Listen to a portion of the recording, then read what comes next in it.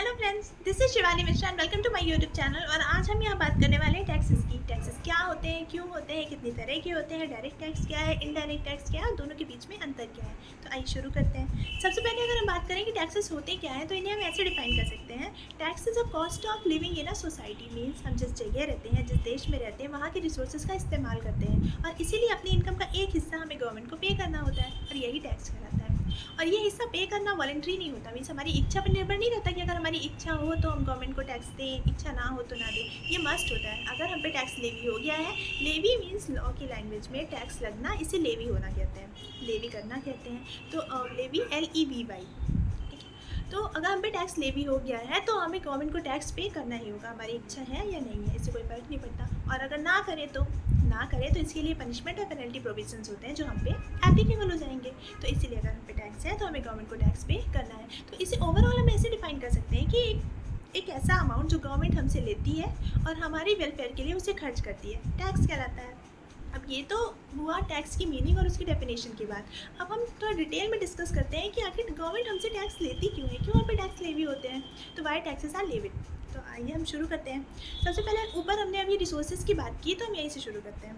देखिए, आप अपने अगर आसपास देखेंगे तो हमारे आसपास आपको दो तरह के रिसोर्सेज मिलेंगे। एक जो नेचुरल रिसोर्सेज है, हवा, मिट्टी, पानी, और दूसरे जो बनाए हुए हैं, हमने बनाए हैं। तो जो नेचुरल रिसोर्सेज हैं, इनको देखिए आप, इनका लगातार दोहन होता जा रहा है। ये अपनी मूल अवस्था में नहीं रह पा रहे हैं।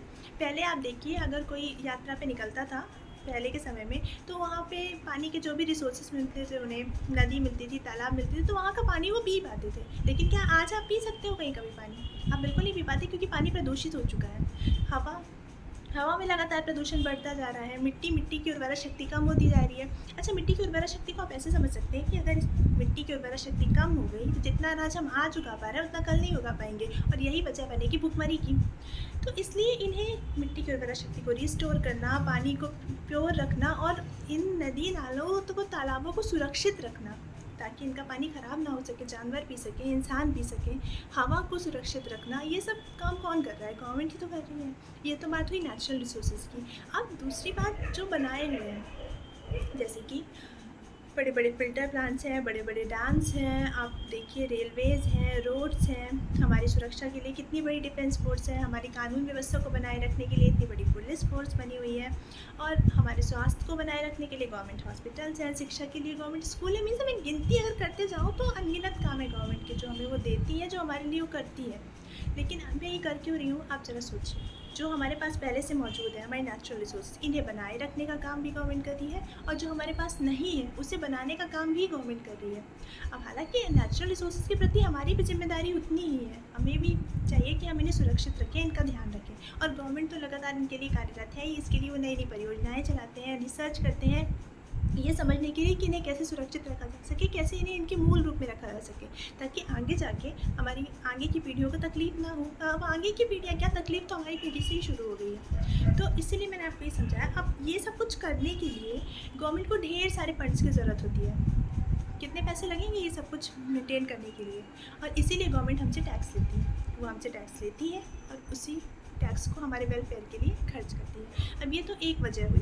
दूसरी वजह, हमारी इकोनॉमी को देखिए अगर आप, तो आप देखेंगे कि हमारे देश की जो स्थिति है उसमें जो अमीर है वो बहुत ज़्यादा अमीर है, उनके पास बहुत पैसे हैं, और जब गरीब है वो बहुत ज़्यादा गरीब है। बीच में उनकी कितनी डिस्पैरिटी है, मतलब कितना फ़र्क है। देखिए, कुछ तो मिडिल क्लास लोग हैं, मिडिल क्लास लोग ढेर हैं आपके पास, जो कि बीच में ही पिस रहे हैं, ना अमीर है ना गरीब है। लेकिन अमीर लोग इतने अमीर हैं कि वो अपनी लग्जरी में ढेर सारा पैसा खर्च कर रहे हैं, और गरीबी इतनी ज़्यादा है कि जिसके पास पैसे नहीं है तो उसके पास खाने के लिए भी कुछ नहीं है, सड़क पे पड़े हुए हैं, ना घर है ना कुछ खाने के लिए है। तो इस डिस्पैरिटी को दूर करने के लिए भी गवर्नमेंट टैक्स लेती है। वो कैसे, आप एक मिनट के लिए अगर सोचिए कि टैक्सेशन नहीं है तो जो लोग अमीर हैं वो और पैसा कमाते जाएंगे और बैंक में अपनी तिजोरियों में डालते जाएंगे। वो पैसा बाहर कैसे आएगा? जब वो खर्च करना चाहेंगे तभी खर्च करेंगे। ये पूरी तरह से उनकी इच्छा पे निर्भर हो जाएगा कि वो खर्च कहाँ करना चाह रहे हैं, क्या कर रहे हैं, है ना। और वो पैसे जहाँ लगाएंगे भी वो दूसरे भी अमीर लोग ही होंगे जो वो और अमीर हो जाएंगे। पैसा इन गरीबों तक कैसे पहुँचेगा? इसके लिए गवर्नमेंट टैक्स लेती है। उस पैसे को उनसे लेके फ्लो में लेके आती है वो, जिससे वो गरीबों तक भी पहुँच पाता है। तो ये हमारी इकोनॉमी के लिए भी अच्छा है कि फ़िलहाल गवर्नमेंट टैक्स ले। और दूसरी बात, गवर्नमेंट को देखिए आप, कितने सारे ट्रस्ट हैं जो चला रही है वृद्धाश्रम के रूप में। अनाथालय के रूप में, ये सारे किन लोगों के लिए जो कि असहाय हैं, मतलब वो खुद से कुछ नहीं कर पा रहे हैं, उनके पास नहीं है इतना पैसा कि वो अपने लिए कुछ कर सकें।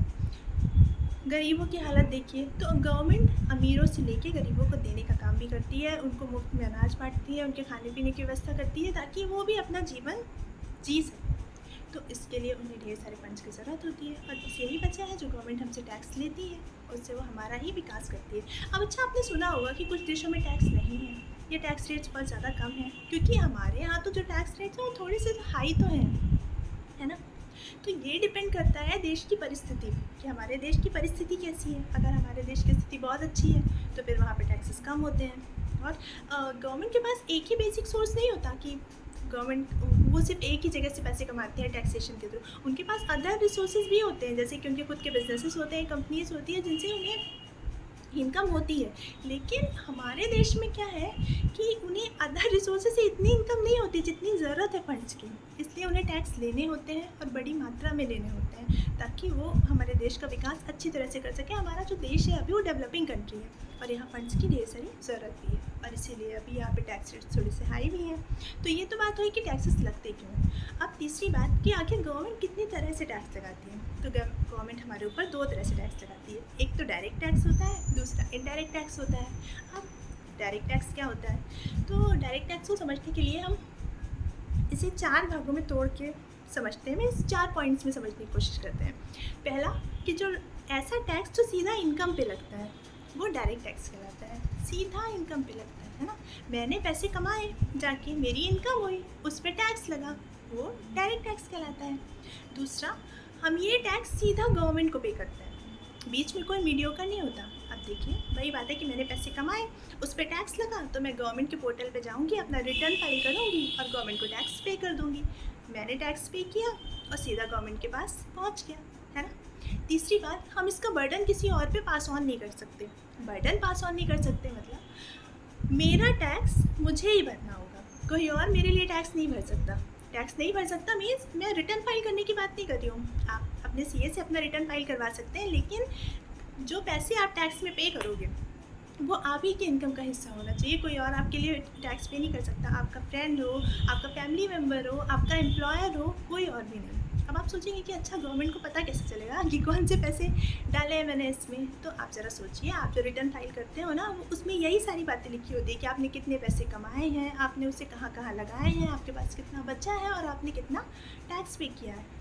और जो लोग छुपाते हैं, नहीं बताते, तो वही टैक्स इवेडिंग कहलाती है। टैक्स इवेडिंग, टैक्स चोरी को लॉ के लैंग्वेज में टैक्स इवेडिंग कहते हैं। तो हमें टैक्स इवेडर नहीं बनना, टैक्स प्लानर बनना है ना। और टैक्स प्लानिंग क्या होती है कि गवर्नमेंट ने ऐसे कई रूल्स दे रखे हैं इनकम टैक्स में, जिसके थ्रू आप अपने पैसे बचा सकते हैं। रूल्स नहीं कहेंगे इसे, प्रोविजंस कहेंगे। मीन्स उन्होंने कई जगह छूट दे रखी है, आप यहाँ पैसे लगाओ आपको कम टैक्स लगेगा, यहाँ लगाओगे तो बिल्कुल ही नहीं लगेगा, तो आप उसके थ्रू आप अपना टैक्स कम करवा सकते हैं। यही टैक्स प्लानिंग कहलाती है ना। तो और जो लोग पैसे अलग तरीके से बचाते हैं, मतलब मीन्स टैक्स इवेडिंग करते हैं, तो आपने फिल्मों में देखा होगा ना कि उनके यहाँ पे रेड पड़ती है, और रेड में अक्सर वो लोग क्या बातें करते हैं कि आपने डॉक्यूमेंट्स दिखाइए कि आपने कितनी इनकम शो की है।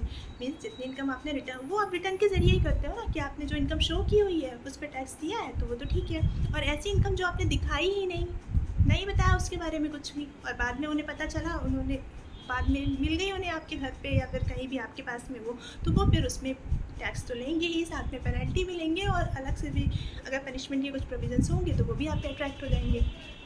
तो इसलिए ईमानदारी से गवर्नमेंट को टैक्स भर देना चाहिए, है ना। और टैक्स प्लानिंग करने की ज़रूरत है, टैक्स इवेडिंग नहीं। और गवर्नमेंट को यही है कि, और आप अगर ये सोच रहे हैं कि किसी और ने अगर मेरे हिस्से का टैक्स दे दिया तो क्या, अब आप ज़रा थोड़ा अज्यूम कीजिए कि आपकी इनकम हुई 10 लाख रुपये, है ना। आपके एम्प्लॉयर ने कहा कि ठीक है, अगर एग्जाम्पल के लिए इस पर 30% टैक्स लग रहा है।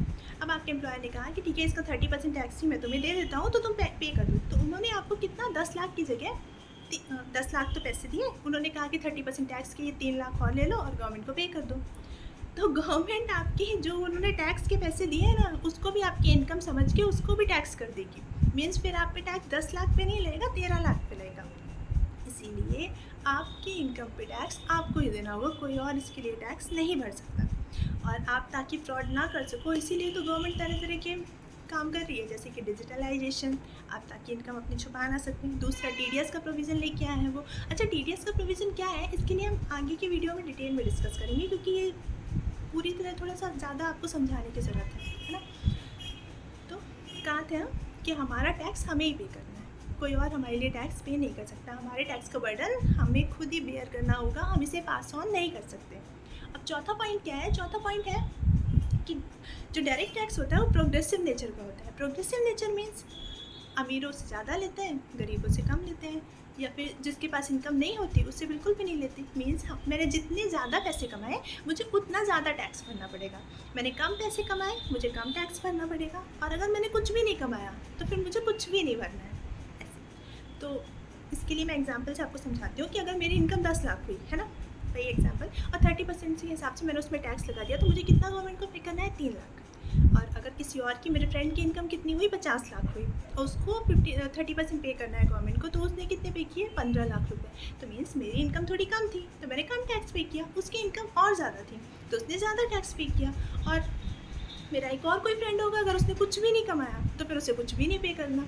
तो ऐसा है, आप जितने ज़्यादा पैसे कमाओगे उतना ज़्यादा पे करना होगा, और जो आप नहीं कमाओगे नहीं पे करना होगा। तो इसका बर्डन अमीरों पे ज़्यादा आता है और गरीबों पे कम आता है, और जिनके पास पैसे नहीं होते उनके पास तो बिल्कुल भी नहीं आता। इसीलिए इसे प्रोग्रेसिव नेचर का टैक्स कहते हैं। तो हमने इन 4 पॉइंट्स में समझा कि डायरेक्ट टैक्स होता है क्या, और इसका सीधा एग्जाम्पल है जो डायरेक्ट टैक्स हमारे यहाँ एप्लीकेबल है, वो है इनकम टैक्स। अच्छा, अब शुरू करते हैं कि इनडायरेक्ट टैक्स क्या होता है। इनडायरेक्ट टैक्स को भी हम ऐसे ही 4 पॉइंट्स में समझेंगे, है ना। पहली बात ये कि इनडायरेक्ट टैक्स होता क्या है, पहला कि ये लगता किस में है, तो ये इनकम पे नहीं लगता, ये प्रोडक्ट और सर्विसेज के प्राइजेस पे लगता है। मींस जैसे डायरेक्ट टैक्स इनकम पे लग रहा था ना, ये प्रोडक्ट और सर्विसेज के प्राइस पे लगता है। दूसरा, ये आप सीधा गवर्नमेंट को पे नहीं करते, आप ये किससे देते हो, सेल्समैन को देते हो, दुकानदार को देते हो। आप ज़रा सोचिए, आप मार्केट गए और मार्केट से आपने कोई भी प्रोडक्ट खरीदा या कोई सर्विसेज ली, आप मान लीजिए कि आपने कुछ खरीदा।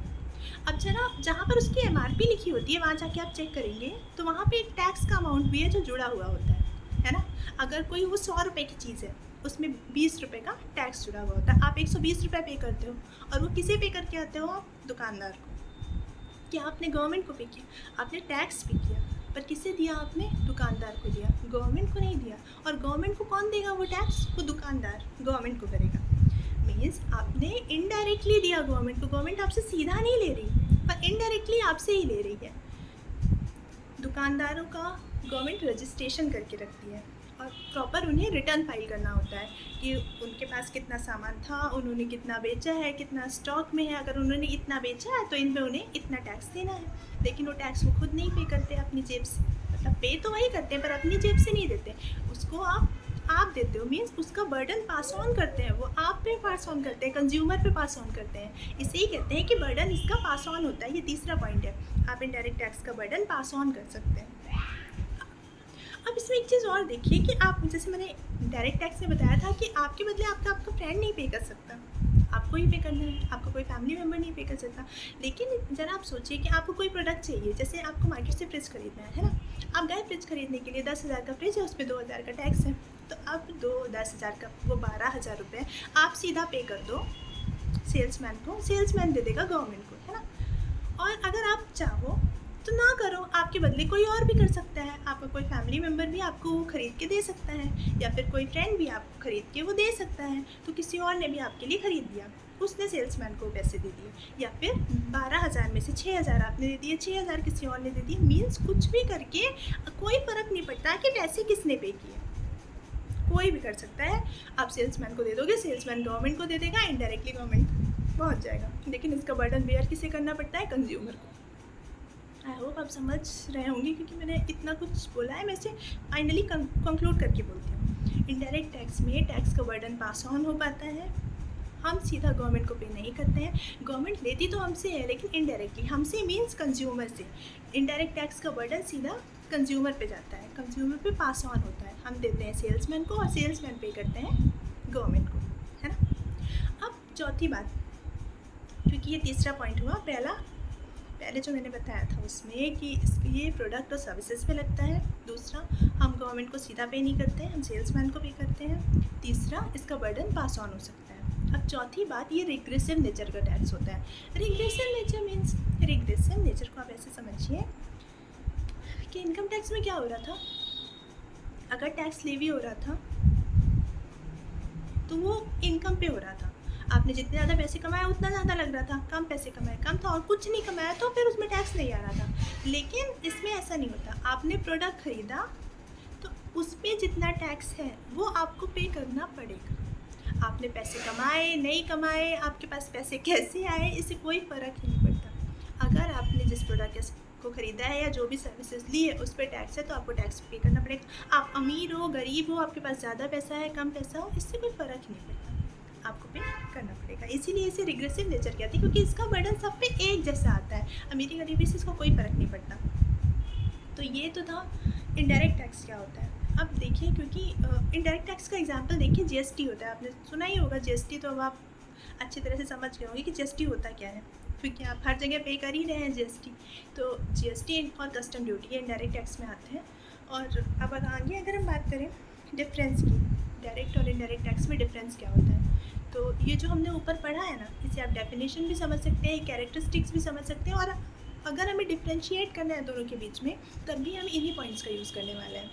फिर भी मैं आपको एक बार बोल के बता देती हूँ ताकि आप समझ जाएं इजली। मैं साथ में बोलूँगी दोनों तरफ के पॉइंट्स, डायरेक्ट और इनडायरेक्ट टैक्स।